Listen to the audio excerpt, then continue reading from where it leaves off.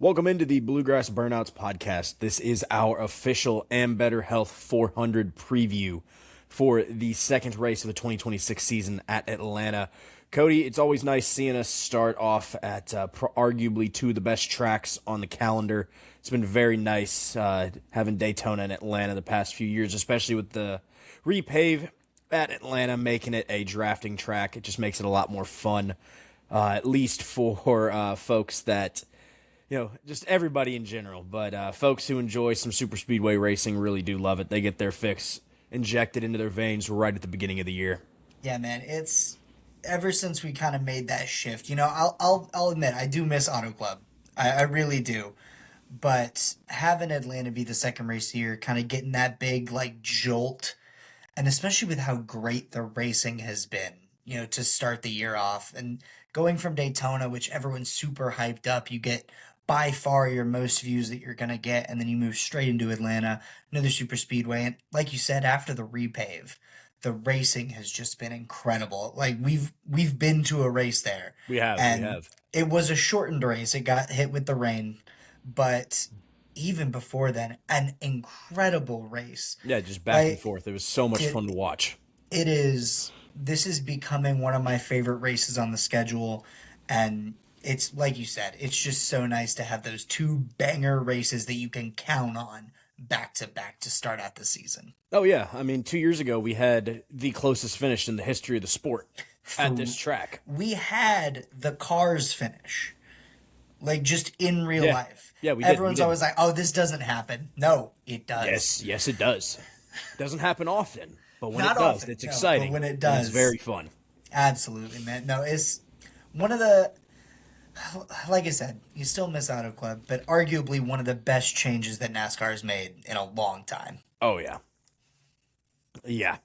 Best part about Sunday, too, Cody, we have the Olympic gold medal game Yeah, we very do. early. Very Yes. early. But then we go into NASCAR later in the day, so it's just a great day of sports. That's the best part about having the Olympics line up with NASCAR is you have a bunch of stuff to do Oh throughout the yeah, entire day. It's not just waiting out. Am I going to watch the pre-race coverage? Yes, I am. and And am I college going to baseball watch as well. college baseball? Yeah, I mean, there's a lot. Everyone says, "Oh, it's football's not around. I don't want to watch sports." Dude, you have this year alone within the time frame that it takes from football to end, from football to begin. You have the NHL and NBA playoffs. You have the entire Yeah, you do. college baseball season, the entire college softball season. You have most of NASCAR season. You have the Olympics. You have the World Baseball Classic and the Oh, World Cup. And you have most of the MLB season as well. dude, it pissed me off so much last Sunday. All the Barstool accounts like, "Oh my God, first Sunday without football." No, it's Like it's it's there's Daytona 500 so Sunday. What are you talking about? much going on. Like, first Sunday.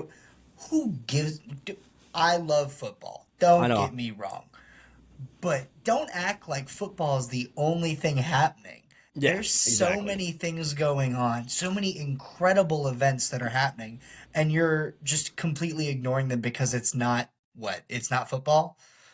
Y- All I'm saying is Bro, I we are would in the I middle. would I would much rather watch a mid-major Oh, madness yeah. game on a Thursday night than a crappy Thursday night football game on Amazon That is Prime. what I'm saying, I man. would Like much rather do that. we are in the middle of one of the best sports times We have of March the Madness year too. right now. We have March Like it Madness. is, We didn't even mention we March are Madness. about to go on an insane run, and And the Masters. We didn't even mention the Masters too. some people are genuinely ignoring all of that just because it's not football. And if anyone that sees this, if you are one of those people, hop on board now because there's so much exciting action going on right now and over these next couple months.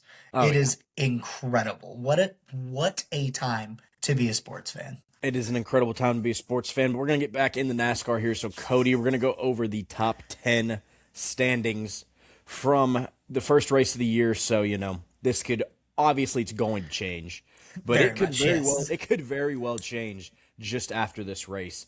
So, we're going Oh, to get it's into going it. to change a lot. So rounding out the top 10, we've got Ryan Blaney sitting at 36 points. Looked good last week. Had I believe he got caught up in some stuff at the end. Yeah, he did. Yep. Same thing with the man who is in number 9th, Carson Hocevar, also sitting at 36 points.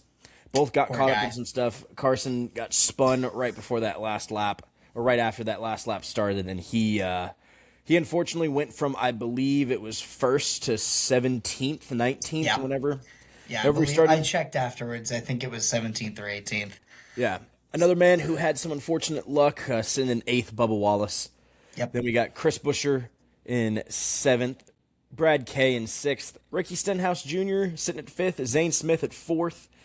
Shout out to those guys. Not sure how much longer I'm going to be able to stay there in the top Absolutely. 10. They might have another week. They might They have another might have week. another week. Depending on how they are, Bare minimum.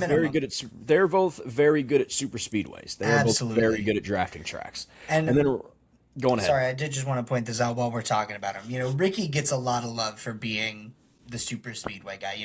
Outside of super speedways, he's got his reputations and people can say what they will.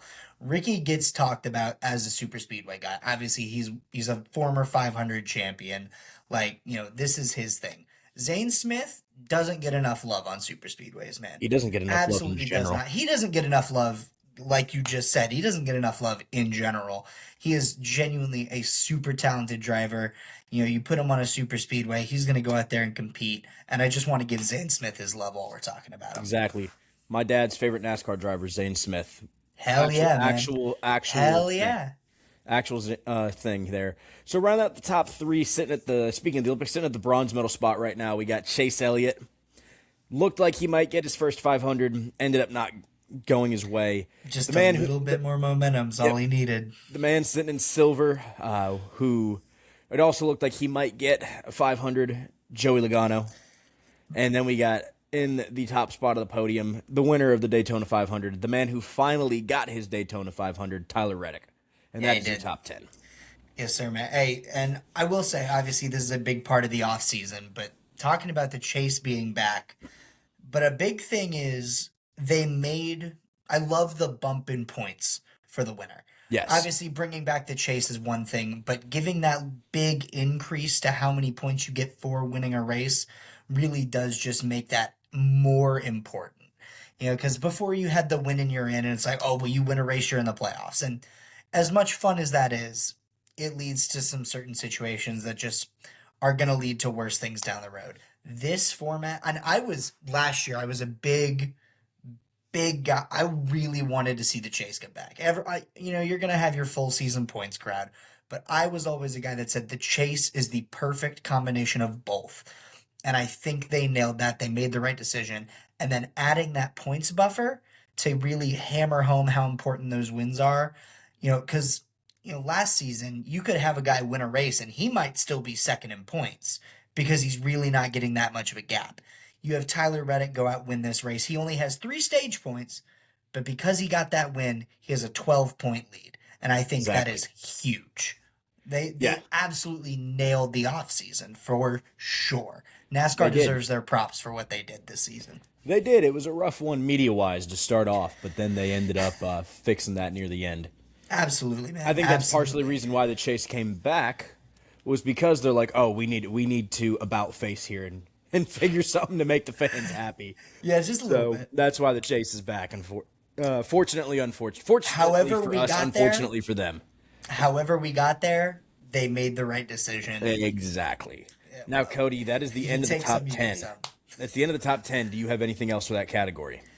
I do not, man. Like I said, just want to give the flowers to the guys that don't have it and really emphasize just made some good changes. We haven't really got to talk about it. So, obviously, congrats to Tyler Reddick. Got a big win. And I'm really interested to see how we're looking after this week because obviously, you've got guys Chase Elliott, Joey Logano, obviously Tyler Reddick, like guys that can go out and win this race next week. Chase Elliott, defending winner on this track. But then you have other guys, obviously Zane Smith, Ricky Stenhouse, Brad Kay finished second in the last race here. Chris Buescher is always a threat. Like, there's so much interesting, like, little tidbits in this top 10 that this next week you could see a guy go from, top 5 to maybe even 20th if he gets into an accident, like maybe even further than that, depending. But it's going to be so interesting to really look at how this stuff fluctuates as we get through this next weekend. Yeah, exactly. Exactly. Here is the next thing, Cody. I'm going to let you start it off. We are doing our pick'em this year. Yes, We're doing sir. our pick'em. So we did say, and I believe it was our ranking video, who we were going to pick for this week. But Cody, I'm going to let you go first. Say who you're picking and why you are picking this particular driver for this week. Yeah, man. And we're just going to start with this here. If you are new or if anyone's seeing this that isn't aware, here are our results. Here's our standings where we're at. First week for the Daytona 500, I took Joey Logano. Zach took Ryan Blaney.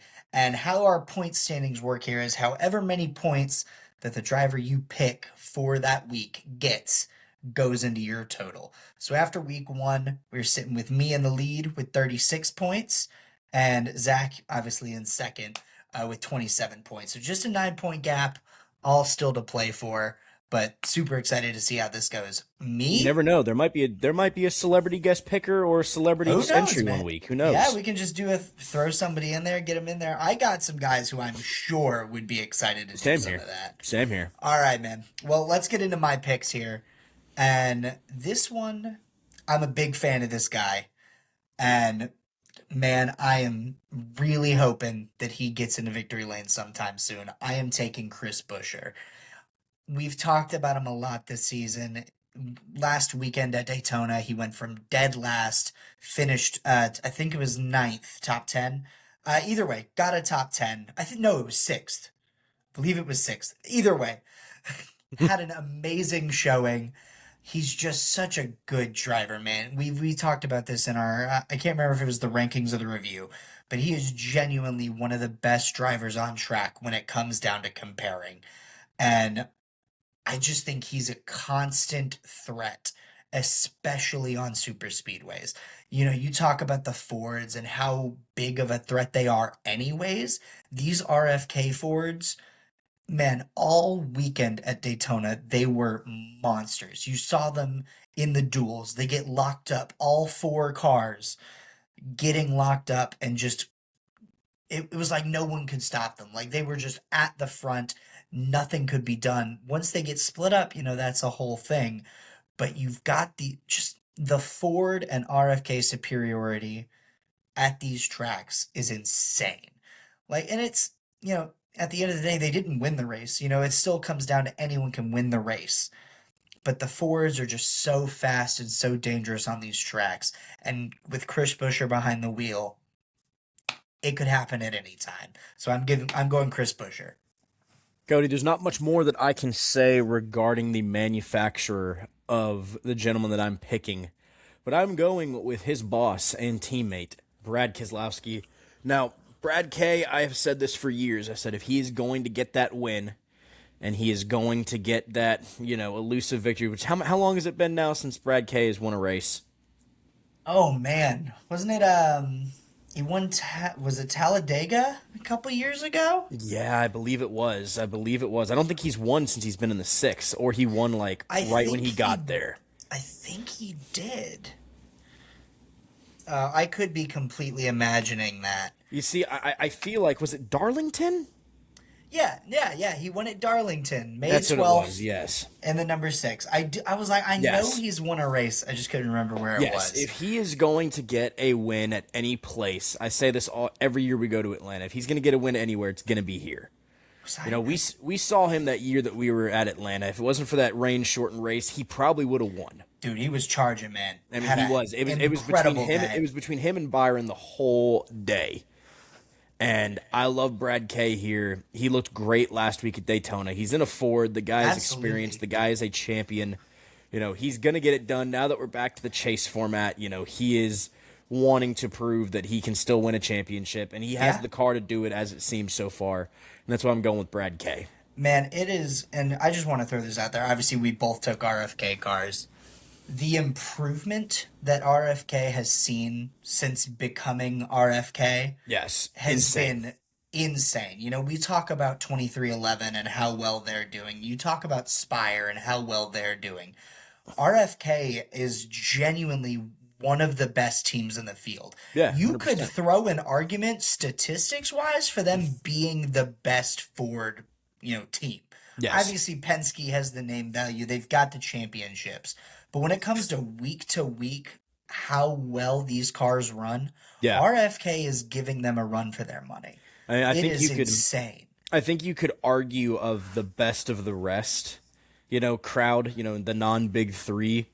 I think 2311 just slightly edges them just a tiny bit, Yeah. but there's a lot more money behind 2311. Let's just say that. Only a slightly bit. Only Only a a slightly slight bit. bit. It's nice. It's nice when there's a billionaire that owns that owns the team. Hey, he But got another ring, didn't he? he did get another ring. He did. But that's nothing to take away from the guys there. I mean, they work super Absolutely hard. not, man. But I mean, there is an argument that RFK is the best of the rest. 100%. Absolutely, man. And I would be a guy that backs them in that 1000%. They deserve every bit of success that comes to them, and I can only imagine how high the ceiling truly is for them. If they start ripping off a couple races, maybe get a good chase finish at the end of the year, like it really does only get better for them from here, man. It really Gotcha. does. Yeah, totally agree. Cody, what do you have for our next segment here? Man, we just want to talk about, obviously we have our picks for the Pick-ems, but we want to be able to talk about more than just the people that we think are going to have a good week. So we're just going to go over some people who are going to be threats this weekend. We've talked about the 6, we've talked about the 17, we've talked about RFK in general. Let's talk about some other Fords. Joey Logano, always going to be a threat. Had a great running last week at Daytona. He's going to be a threat, going to be a guy to watch. And then you got to go to the next two. And we're going to hit the Toyotas and the Chevys here. The last two winners at this track, like we mentioned earlier, you got Chase Elliott, your defending champ, the hometown boy, always has a great race at Atlanta. And those Hendrick Chevys, they know how to win at this track. They know how to get it done. You can say, I've heard people say, like, oh, well, Hendrick's fallen off. They're not as good as they used to be. As true as you might claim that to be, or as true as you might think it is, the Hendrick Chevys can always go out and get a win. And Chase Elliott is always a guy to watch here. Even Alex Bowman, man, obviously he's my guy, but he doesn't get a lot of respect sometimes. And ran out and got a third place finish, was leading with a couple laps to go last time we were out at Atlanta. So these Hendrick Chevys are going to be a problem. And then Christopher Bell, man, the last time he won here, he kicked off a 3-race win streak. He did. This is not a guy that you can underestimate. And another big part of that, talking about Toyotas, Tyler Reddick is right there, man. He is. Just won a super speedway race, proved he can get it done, and could absolutely go out and rip off another one without a doubt in my mind. And his teammate, while we're talking about it, Bubba Wallace, could do the exact same thing. He could. There's a couple people that you are forgetting here as well, Cody.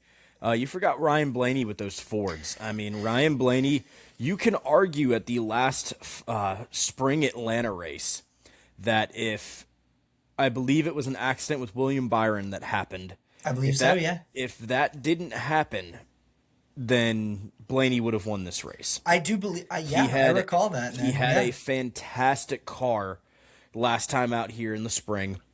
It's a Ford on a super speedway, or at least a drafting track. So they're going to be good. And that's just one guy I feel like you're forgetting. I feel like one guy, too, that we haven't really talked about, but has had a solid super speedway run the past few years and is up there points-wise, not in the top 10, but he's up there, Riley Herbst. Dude, had a great run last week, man. Great run last week. Didn't end the way he wanted it to. Yeah, obviously, he got caught up in that wreck coming to the checkered. But, I mean, the guy is right there. The guy is going to win something eventually. He's one of those guys that you never really think about, but he seemed to always be there. He seems like there's a lot of races where it's like you're looking at the top 10 going to green with maybe 10 left and like, oh, wow, Riley Herbst is up here. Like, this could be his race.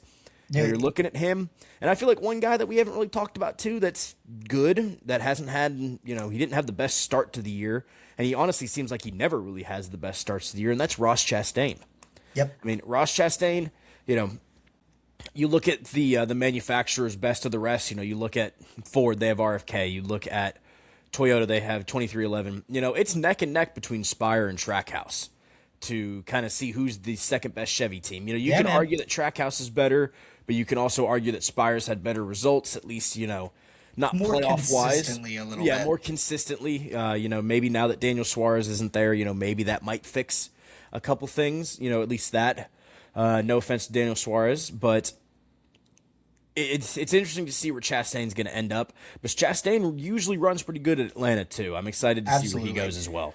One more guy that I do want to throw out there, and, we could talk about so many different guys, but one guy that we really missed, Carson Hocevar. I was just thinking the same thing. The same thing. We've said this more than I can possibly imagine, but I cannot possibly exaggerate how true it is.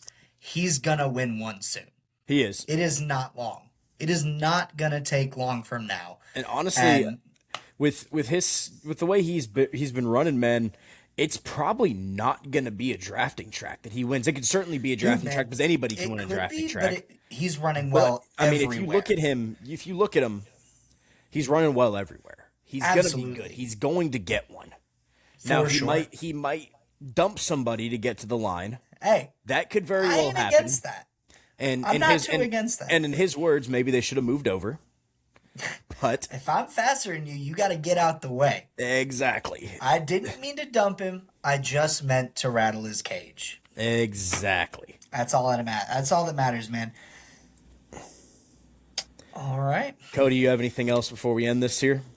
No, sir, baby. We are ready to go have a great weekend. We are going to, man, I just want to reiterate, I'm so excited to see how things look after this. Like we've mentioned, we're going into a new format that really shakes everything up. But when you introduce these changes, it's so interesting to see just how much it changes.